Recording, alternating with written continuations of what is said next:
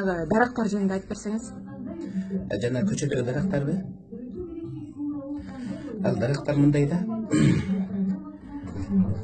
Биз дарактардын ар бирин жана 9090 сомдон алдык деп атпайлыбы? Ал мындай да. Чет өлкөдөн келген дарактар, алар кадимкидей эле өздөрүнчө адамга окшоп сүйлөшөт экен да.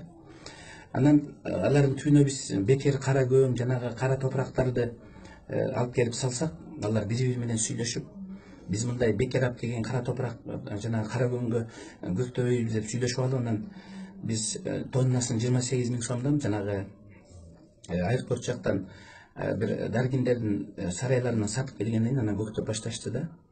Анан ошолор бир нерсени дагы сүйлөшүп, өз ара сүйлөшүп алып, анан дагы бир бале болуп чоңойбойбуз деп проблема кылбасын деп ар бир даракка 90 сомдон бөлгөнбүз биз.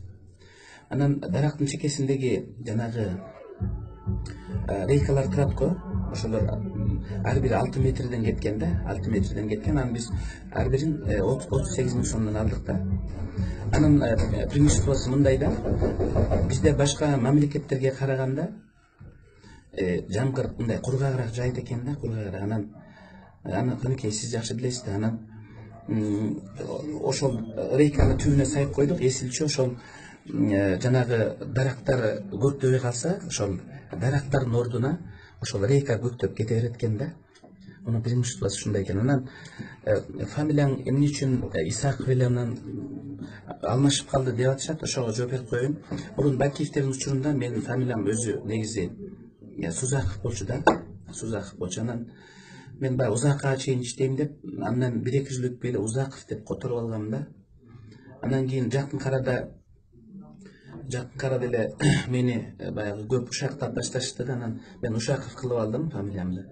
Анан көп өтпөй эле Эсенбуга чакыргандан кийин анан Тузаков кылып алдым. Анан азыр ошо фамилиясы жок эле, ошол Сапар мырза деп чакырып аткан ошондон да. Ошондон рахмат.